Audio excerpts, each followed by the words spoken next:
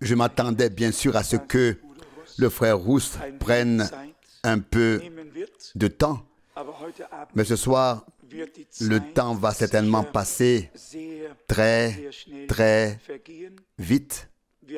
Nous avons le souper du Seigneur, le repas du Seigneur, puis le lavage des pieds. Quand j'étais encore là-bas, j'ai essayé de réfléchir à qui vas-tu laver les pieds ce soir? Et j'ai pensé, tu aimerais laver les pieds de chaque frère, sans exception, sans exception. Et je pense que nous pensons tous ainsi. Nous nous aimons profondément dans l'amour divin. Nous sommes liés au Seigneur et les uns aux autres. Dieu nous a pardonnés. Nous nous sommes pardonnés les uns aux autres. Dieu ne nous a rien imputé. Nous ne nous imputons rien les uns aux autres. Et ainsi, en présence du Seigneur, nous pouvons participer au repas du Seigneur en toute liberté, avec la certitude que ce n'est pas à nous de faire,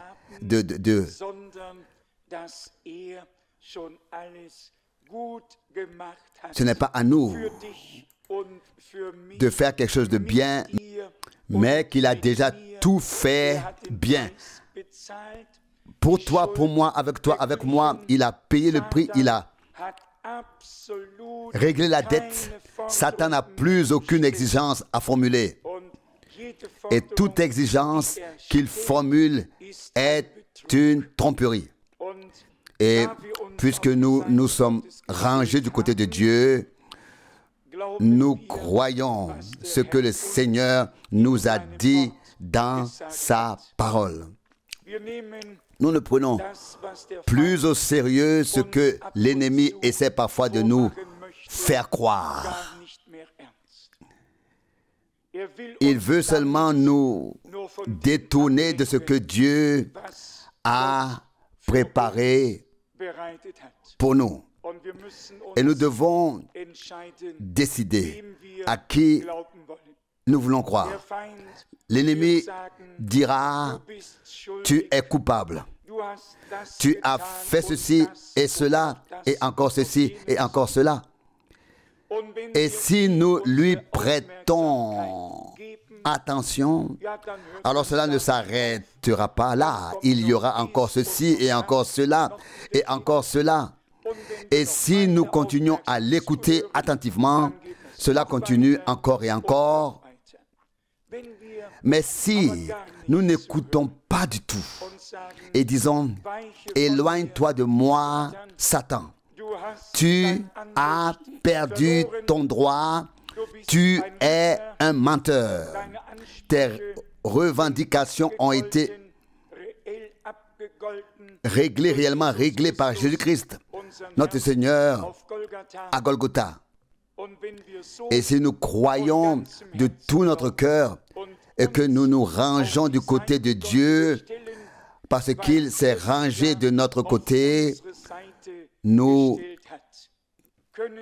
pouvons, en levant les yeux vers lui, prendre le repas avec le Seigneur, avec la conviction totale que tout mal a été réparé.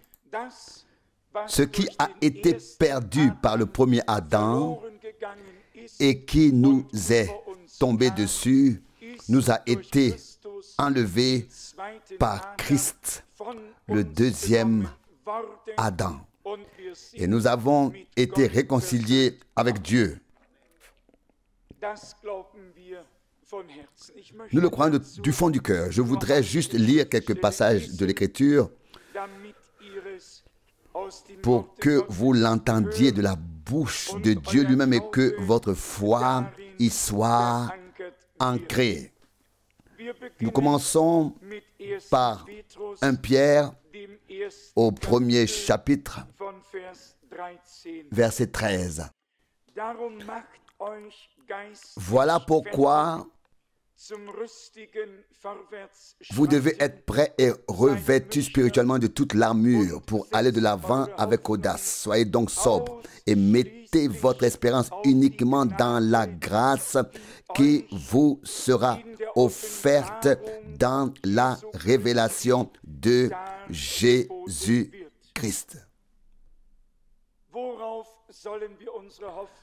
En quoi devons-nous placer notre confiance, notre espérance?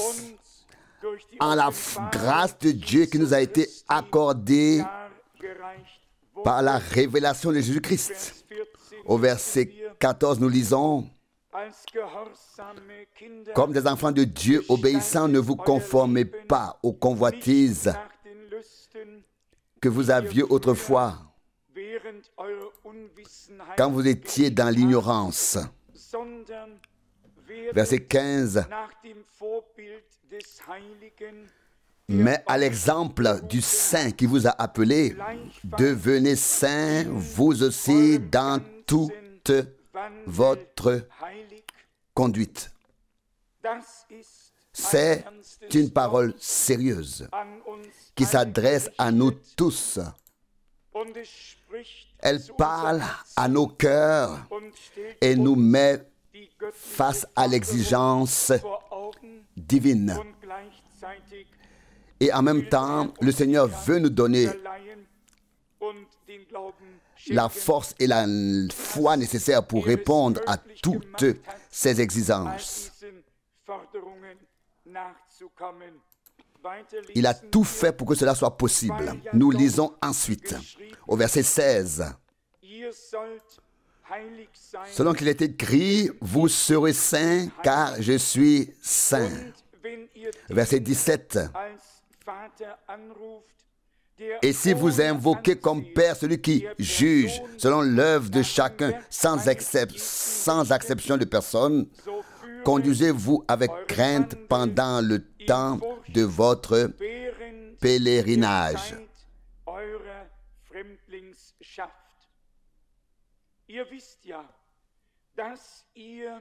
Verset 18. Vous savez que ce n'est pas par des choses périssables, par de l'argent ou de l'or, que vous avez été rachetés de la vaine manière de vivre que vous aviez hérité de vos pères. Verset 19. Mais par le sang précieux de Christ, comme d'un agneau sans défaut et sans tache.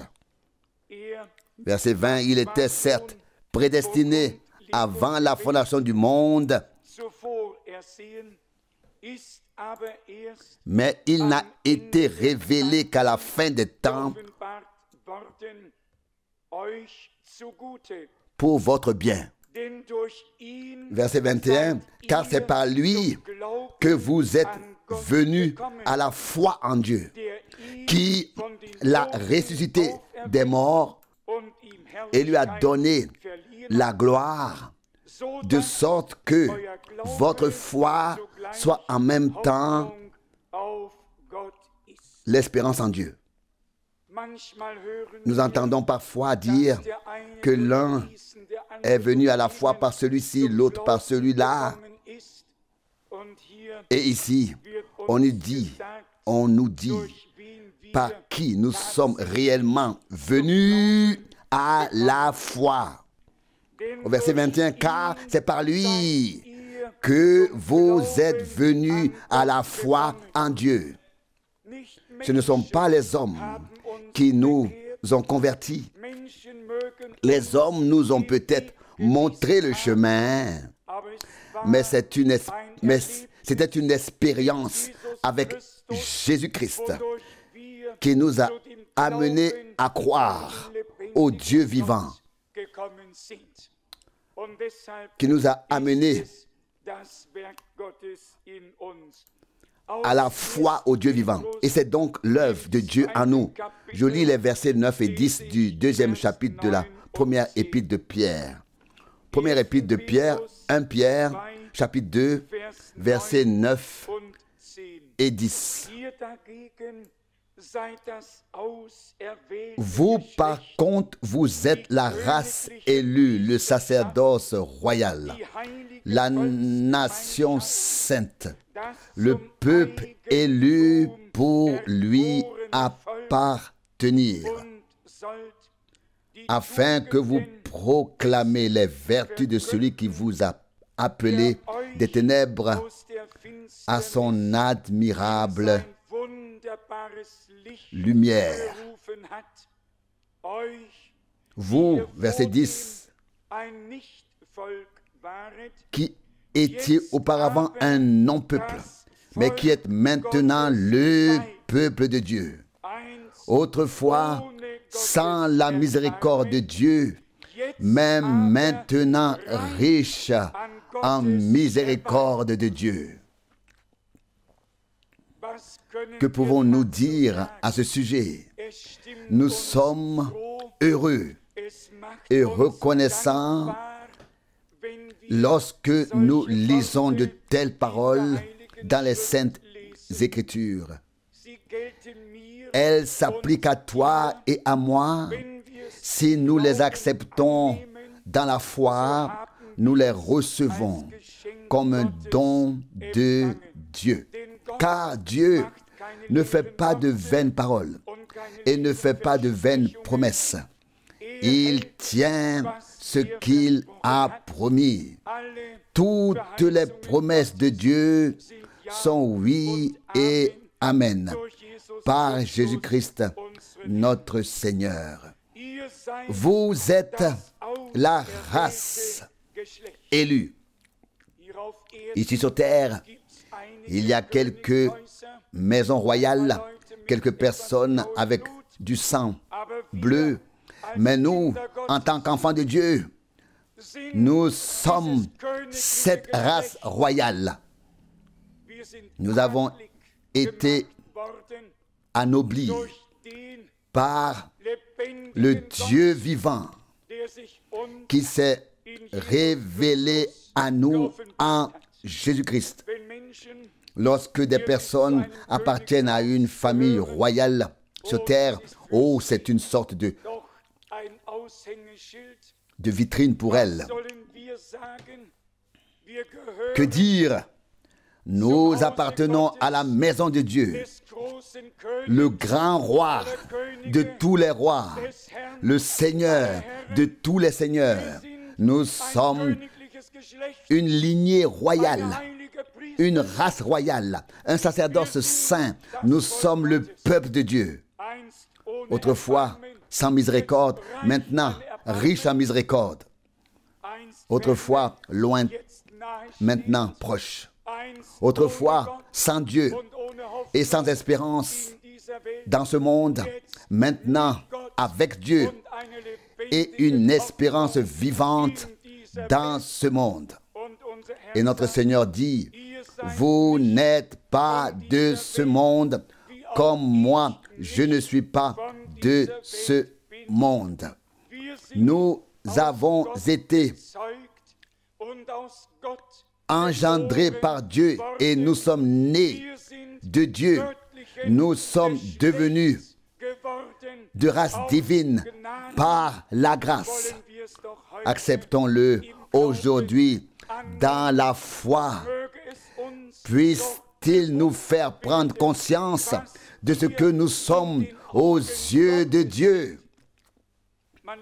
Parfois, les hommes nous regardent de haut avec mépris, mais le Dieu vivant n'a pas eu honte de nous. En Christ, il a pris notre place. Il a subi toutes les humiliations et toutes les moqueries et a payé le prix à Golgotha. La note est réglée. Si l'ennemi devait encore une fois l'envoyer chez vous, écrivez sur l'enveloppe refus d'acception. Renvoyez-le. Tout est réglé. Pouvons-nous l'accepter ainsi dans la foi? Ou pensez-vous que Christ doit encore mourir? Y a-t-il encore quelque chose à régler? Non. Il est mort une fois pour toutes pour nos péchés et est entré avec son saint sang dans le sanctuaire céleste pour intervenir en notre faveur devant Dieu en tant que souverain sacrificateur, pour intercéder jusqu'à ce que nous passions de la foi à la vue. Son sang parle encore pour nous ce soir. Et il ne parle pas seulement pour nous. Il nous déclare libres, délivrés, libérés. Alléluia. Loué soit notre Dieu. C'est cela le salut. C'est cela la rédemption. Encore quelques versets dans Luc, chapitre 23. Luc, chapitre 23. Il s'agit du chemin du Seigneur vers Golgotha. Nous commençons ici par le verset 33. Luc 23, verset 33. Arrivé au lieu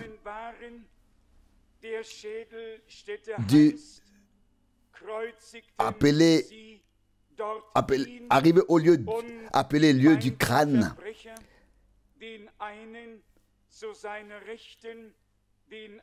ils le crucifièrent là, ainsi que les deux malfaiteurs, l'un à sa droite et l'autre à sa gauche. Verset 34. Mais Jésus dit, Père, pardonne-leur, car ils ne savent pas ce qu'ils font. Ils se partagèrent ses vêtements en les tirant au sort. En les tirant au sort. Psaume 22, 19 et verset 35 ici dans Luc 23. Le peuple se tenait là et regardait. Les membres du Sanhédrin se moquaient de lui en disant, il a sauvé les autres, qu'il se sauve lui-même. S'il est vraiment le Christ, le Messie, le oint de Dieu, l'élu. Verset 36, les soldats aussi se moquaient de lui. S'approchant, ils lui présentèrent du vinaigre. Psaume 69, 22. Maintenant, Luc 23, verset 37. Et disait, si tu es le roi des Juifs, sauve-toi toi-même. Verset 38, au-dessus de lui, une inscription était également placée en grec, en latin et en hébreu. Celui-ci est le roi des Juifs. Jusqu'ici, cette parole du Seigneur, de la crucifixion et de ce qui s'est passé à Golgotha. Paul prêchait Christ crucifié. Et nous avons affaire à la parole de la croix qui est une folie pour les uns, une puissance de Dieu pour les autres. D'un point de vue terrestre et humain, ce que nous avons, disons-le, dans le christianisme est un objet de dégoût pour les autres. Nous avons quelqu'un qui a été crucifié dans la faiblesse. Tous les autres sont morts dans la gloire et l'honneur, entourés de leurs disciples. On les admirait. Et ici, quelqu'un qui avait même été abandonné par ses propres disciples est mort. Suspendu entre ciel et terre, abandonné par Dieu et les hommes. Il s'est écrié, mon Dieu, pourquoi m'as-tu abandonné? Il a pris sur lui notre abandon de Dieu, notre séparation d'avec Dieu, pour nous réconcilier avec Dieu à l'instant d'après, lorsque la lance lui a transpercé le côté et que le sang a jailli. Je sais que nous ne devons pas faire ici de comparaison avec tous les autres fondateurs de religion, car Christ n'est pas venu pour créer une religion. Il est venu pour donner à l'humanité une vie nouvelle et éternelle. Il est venu pour apporter le royaume de Dieu sur cette terre. J'ai noté ici ce que je viens de dire. Bouddha est mort en 480 avant Jésus-Christ, à l'âge de 80. À l'âge de 80 ans, après 45 ans d'enseignement, il a rassemblé ses disciples autour de lui et leur a demandé: avez-vous encore une question concernant l'enseignement? Et ils ont répondu: non, maître, tout est clair pour nous. Et c'est alors que la pluie de fleurs a commencé. Et c'est alors que la pluie de fleurs a commencé. On l'a couvert de fleurs encore et encore après sa mort. On l'a divisé en 8 parties afin que chacune des maisons princières de l'époque qui étaient sous son règne puisse en conserver une partie dans un reliquaire. Il y a aujourd'hui plus d'1 milliard de bouddhistes sur terre. Et qu'ont-ils? Une philosophie morte. Mais ils nous regardent de haut avec mépris et disent: c'est ainsi que notre maître est mort. Et comment est mort votre Jésus-Christ? Mes chers amis, une telle comparaison ne nous dérange pas du tout. Bien au contraire, nous avons compris le plan de Dieu. Notre Seigneur a dû prendre sur lui la malédiction qui nous a tous frappés. Il s'agissait de la rédemption, de la délivrance et de la victoire sur la mort, comme on peut le lire dans l'Épître aux Hébreux, afin qu'il détruise celui qui avait le pouvoir de la mort et qu'il fasse paraître la vie et la nature incorruptible. Hébreux 2, verset 14. Christ est mort d'une mort infamante, c'est vrai, mais il n'est pas resté dans la tombe. Il est ressuscité le 3e jour. Il est vivant. Il a vaincu et surmonté la mort et le diable et l'enfer. Sa victoire est notre victoire, car nous sommes crucifiés avec lui et ressuscités avec lui pour une vie nouvelle et éternelle. C'était ainsi dans le plan de Dieu. Nous ne demandons pas pourquoi il devait en être ainsi ou pourquoi c'est ainsi. Si Dieu nous avait créés comme un mécanisme qui ne peut pas décider par lui-même, que serions-nous alors? Que dirions-nous à ce sujet? Dieu a doté l'humanité du libre arbitre. Et l'homme a ensuite utilisé ce libre arbitre pour prendre la mauvaise décision. Et puis nous lisons toujours l'Épître aux Hébreux de Christ, notre Seigneur et Sauveur. Dans Hébreux 10, verset 7, il est écrit: il est écrit de moi dans le rouleau je viens pour faire ta volonté, ô Dieu. Adam n'a pas pu le faire. Christ, le deuxième Adam, l'a accompli. Il a fait. Satan l'a tenté de toutes les manières possibles, mais il est resté ferme. Il était Dieu et homme en une seule personne. D'un côté, il était tentable et de l'autre, il était infaillible. Et c'est là la grâce de Dieu. Dieu devait donner une chance à l'ennemi sous forme humaine. Mais cette fois, il n'avait pas affaire à Abraham, ni à Moïse, ni à l'un des prophètes, mais à celui qui avait envoyé les prophètes.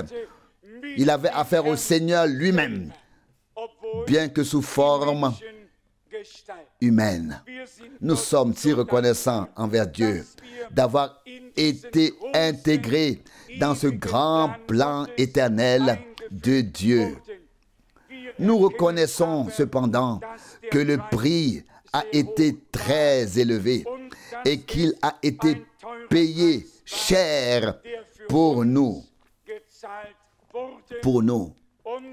Et cela devrait nous rendre encore plus humbles, encore plus reconnaissants que nous ayons eu une telle valeur aux yeux de Dieu et qu'il ne nous ait pas laissés dans nos péchés, mais qu'il nous ait rachetés par grâce. Croyons de tout notre cœur que cela s'est produit. Nous sommes rachetés, nous sommes pardonnés, notre dette est payée. Alléluia. C'est vrai, nous pouvons le croire, c'est vrai, car Dieu ne s'est pas contenté de le dire, il l'a aussi accompli. Notre Seigneur est mort pour que nous puissions vivre. Maintenant, une partie sur le lavage des pieds, car il se peut que certains d'entre nous ne soient pas familiers avec cela. Et nous en tenons toujours compte.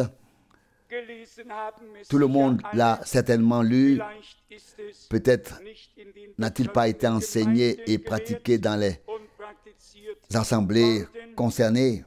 Mais dans l'évangile de Jean, chapitre 13, nous lisons très clairement et très distinctement ce qui suit.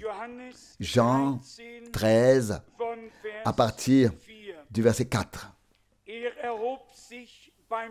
Jean 13, verset 4. Il se leva de table, ôta ses vêtements, prit un linge et se l'attacha autour de la taille.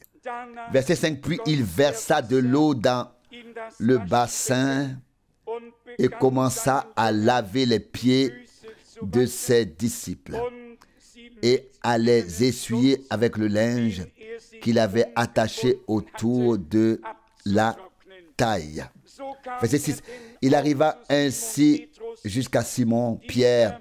Celui-ci lui dit: Seigneur, tu veux me laver les pieds? Verset 7. Jésus lui répondit: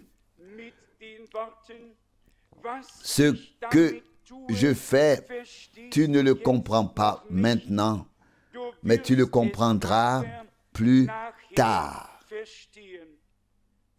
Verset 8. Pierre lui répondit: jamais tu ne me laveras les pieds. Jésus lui répondit: si je ne te lave pas, tu n'auras pas de part avec moi.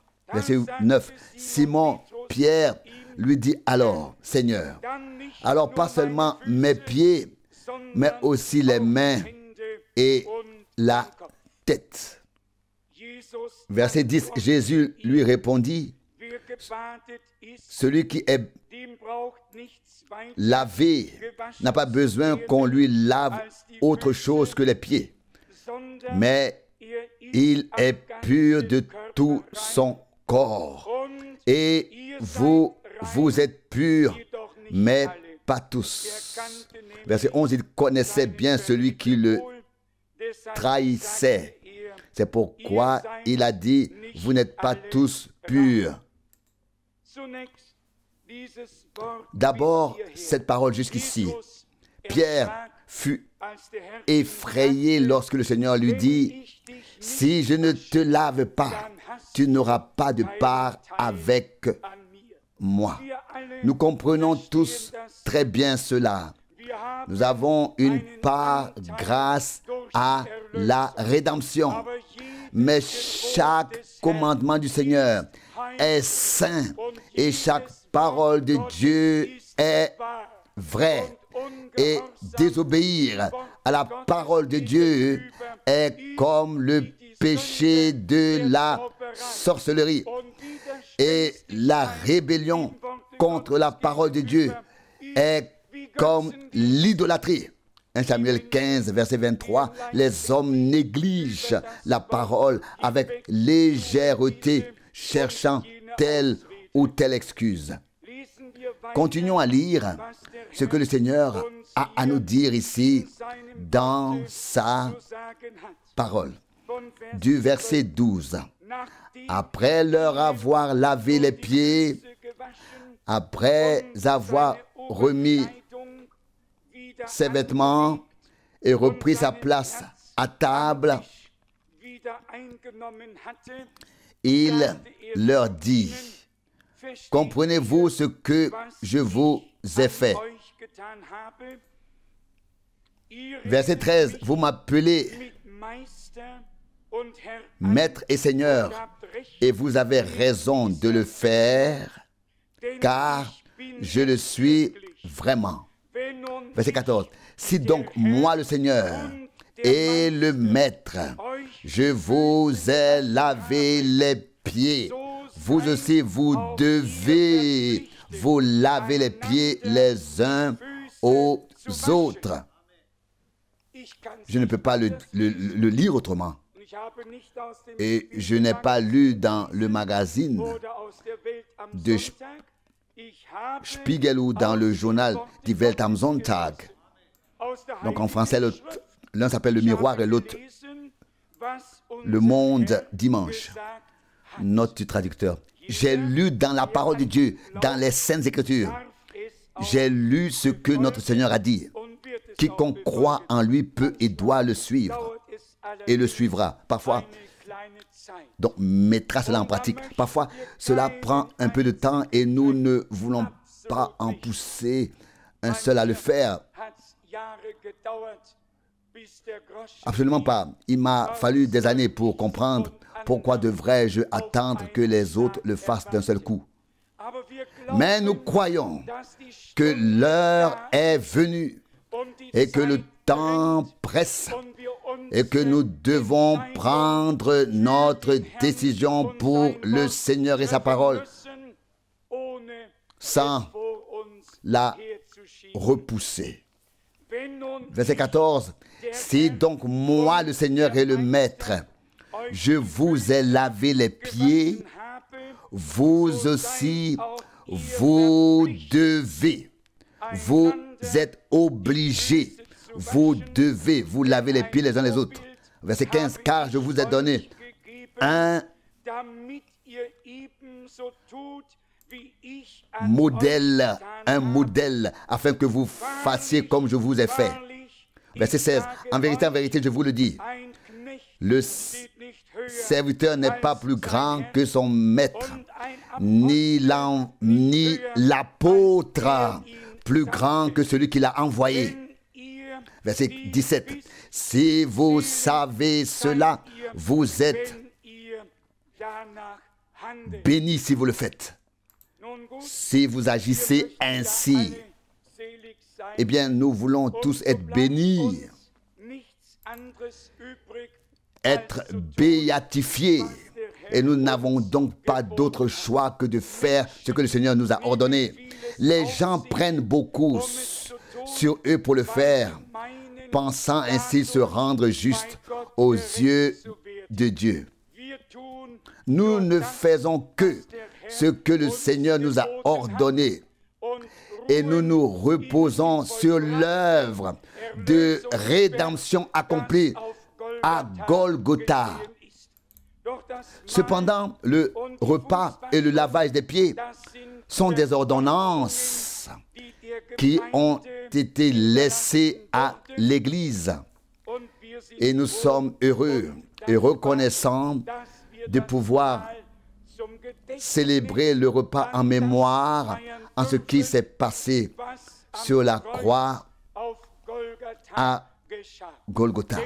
Car notre Seigneur a dit, verset 26, « Car toutes les fois que vous mangez ce pain et que vous buvez cette coupe, vous annoncez la mort du Seigneur jusqu'à ce qu'il vienne. » Que chacun donc s'éprouve soi-même et qu'alors seulement il mange du pain.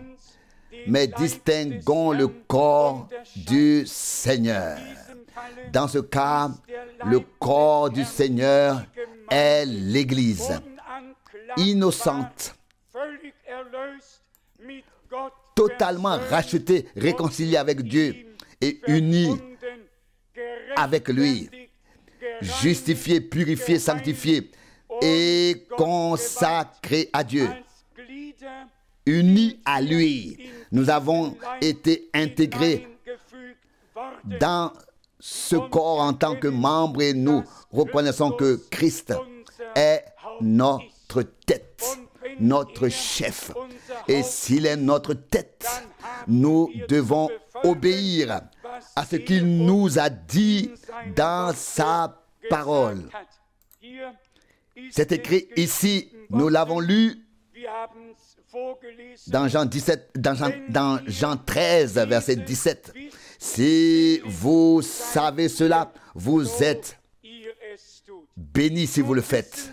Maintenant, nous le savons et nous le ferons.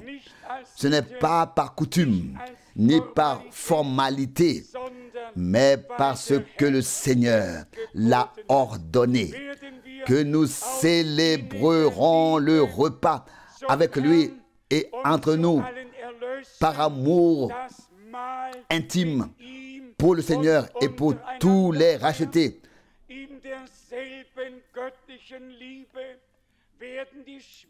Les uns avec les autres, dans le même amour divin, les sœurs laveront les pieds des sœurs et les frères les pieds des frères, en souvenir du fait que notre Seigneur est maître à laver les pieds de ses disciples.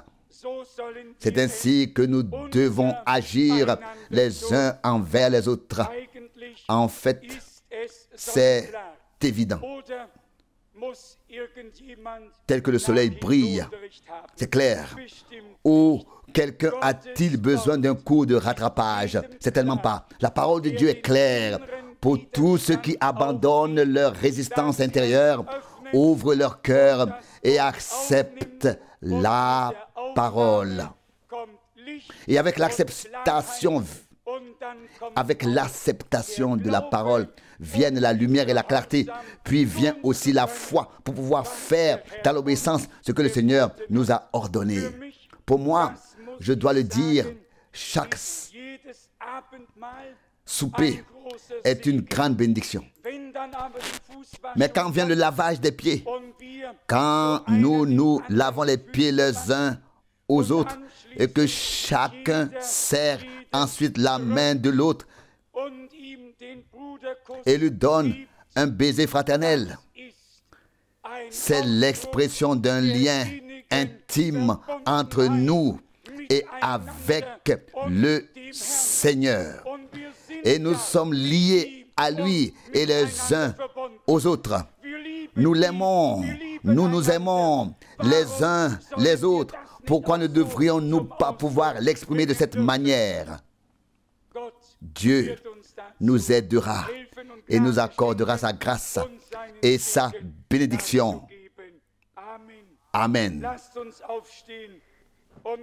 Levez-vous et chantons ensemble tel que je suis, sans rien de moi, et puis nous nous examinerons dans la prière devant le Seigneur et les frères distribueront ensuite le repas du Seigneur.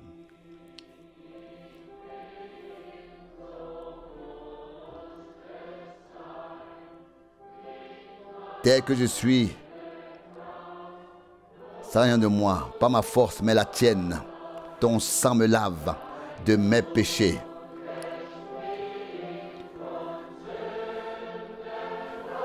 Ô agneau de Dieu, je viens. Je viens.